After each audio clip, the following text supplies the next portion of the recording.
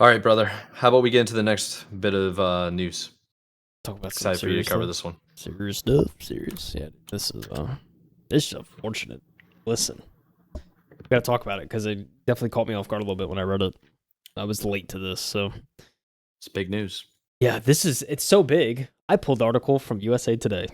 That's how big this article is. So Good choice. Anthony Rubbledew, Rubbledew, Rubbledew. This Rubble guy. do. I like that last name. I'm assuming that's how you pronounce it, Mr. Rubbledew. But I'm sorry if it isn't. Just doing my best out here to talk about the final level. Popular GameStop magazine Game Informer ends abruptly, lays off staff. Abruptly. So the magazine's content director, Kyle Hilliard, posted on X that the entire Game Informer staff was laid off as the team nearly finished working on the next issue. The gaming community is mourning. I would agree. It's pretty, it sucks, man. Anyway, let's talk about it. It's really tough to see. I don't know about you, Yeah. but I grew up on Game Informer. Yeah, dude. So Yeah, I used to get those magazines all the time. Yeah, I did too, dude. It was awesome seeing the cover. Yeah, dude, the cover's always smacked. It was like you always want to know what the cover would be. Every time, dude. Every time. I remember walking into like EB Games and stuff like that, or Games. No, it was GameStop. Obviously, it's GameStop-owned. But going in there and checking out the magazine for the first time, so cool. Yeah. Such a good time. It's like you could subscribe to the GameStop Plus and get this magazine every month. Mm-hmm. So, gamers are grieving the end of an era as magazine Game Informer has reached 100% completion. The GameStop-owned magazine announced its closure on Friday after 33 years of offering news, reviews, and insights from the ever-evolving world of gaming. The outlet thanked its audience for decades of support in a farewell post titled The Final Level. The post was not written by editorial staff who were laid off Friday without prior warning. Dang, dude. Here's the last article. It's right here. We don't want any of you writing it. I'll write it. Oh, man. From the early days of pixelated adventures to today's immersive virtual reality realms, we've been honored to share this incredible journey with you, our loyal readers, the post reads. While our presses may stop, the passion for gaming that we've cultivated together will continue to live on. Thank you for being part of our epic quest, and may your own gaming adventures never end. In June, Game Informer published its final issue out of 367 dedicated to the game Dragon Age: The Veilguard, the fourth of the fantasy franchise. In 1991, the outlet published the first issue under Minnesota-based retailer FuncoLand, which GameStop later acquired in 2000. By 2011, Game Informer would become the third largest magazine in the U.S., partly thanks to the boost it received from GameStop's Power Up Rewards membership program. That's where I got my issues. Yep. Through that. Yep. I remember those. Oh, man. It's Shout crazy. Out, Mom. Like, 2000, like, dang, it's like GameStop on that. Yeah. I faintly remember EB Games, like when I was really young. Just like some EB Games in the States. I used to go to EB Games, GameStop, and Radio Shack all the time. EB Games and GameStop were usually never in the same location. Yeah. It's like McDonald's versus Burger King territory. It's crazy. Yeah, it's true. I remember Radio Shack too. Like I'm like so pissed now because like when I got into like soldering and stuff, it's like it would have been so nice to have a Radio Shack. It would have been everything. You have no idea. I feel the same way. I started modding like controllers, adding LEDs and stuff. Yeah. And I would go to Radio Shack and buy all the different components. But geez, man. Yeah. I miss it. I do too, man. I do too. But let's talk about the staff abruptly being laid off ahead of the next issue. Yeah. So the entire Game Informer staff is laid off. As the team nearly finished working on the next issue, content director Kyle Hilliard wrote to X.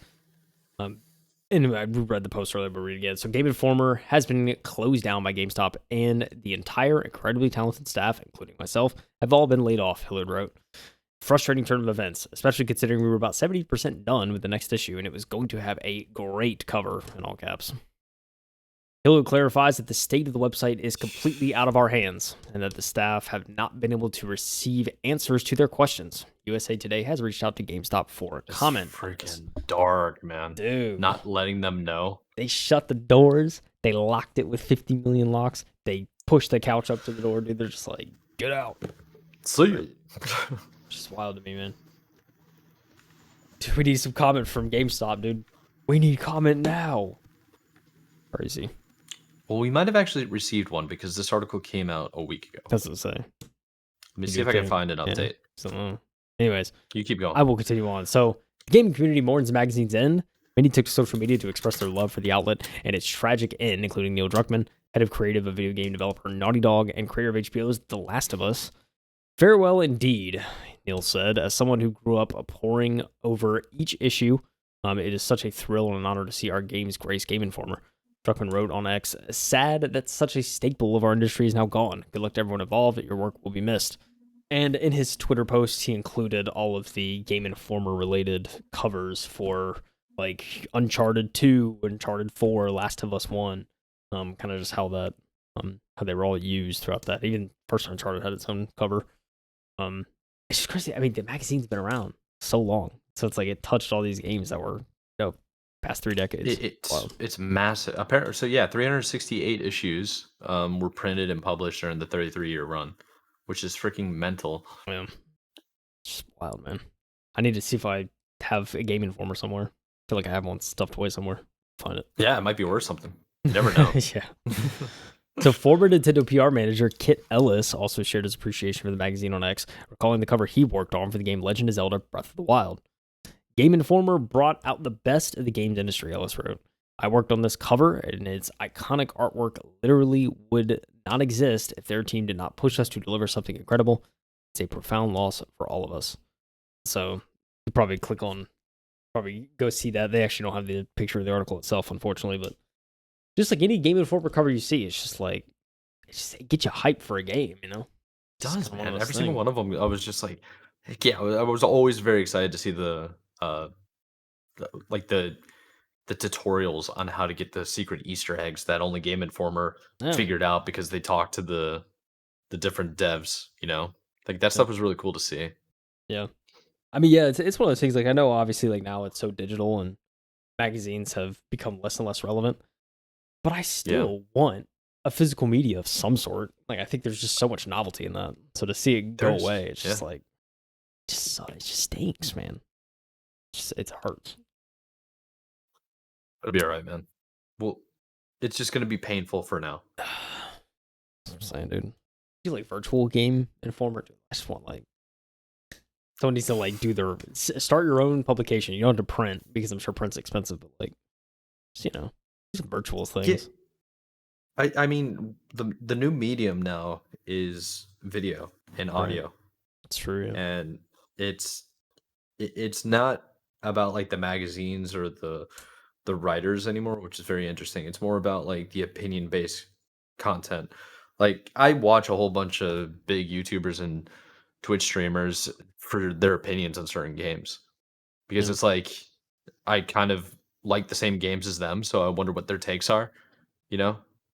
Because it could be something interesting, and that's not something you really get with something like Game Informer. Game Informer was more about because you didn't really understand like who the reviewer was, so the reviewers kind of were pointless. But the tutorials on how to beat the game could be like very easy to follow, which was always very like where the value was for me, or the interesting content, you know. Yeah. Or if they're interviewing someone in a studio that works for a studio and you know that person, it's like, okay. It's probably 100%, yeah. But now it's like, you know, there's podcasts and video reviews and all that. So, I mean, it's to your point. It's definitely different now. Very true. Yeah, it's definitely, you know, the new medium. It's just, you know, it will be sad for a while to see that there's no sort of like gaming physical news media. But it's just the way it's heading, dude. As much as what's the hate to see the magazine go, man? Yeah, I mean, it's just change. That's all it is. Yeah. Like when the TV came out, radio stopped being so popular. Yeah, that's true. Yeah, it's just the natural evolution of how mediums of conversation work. Something better comes out that everybody prefers. I mean, the old ones die.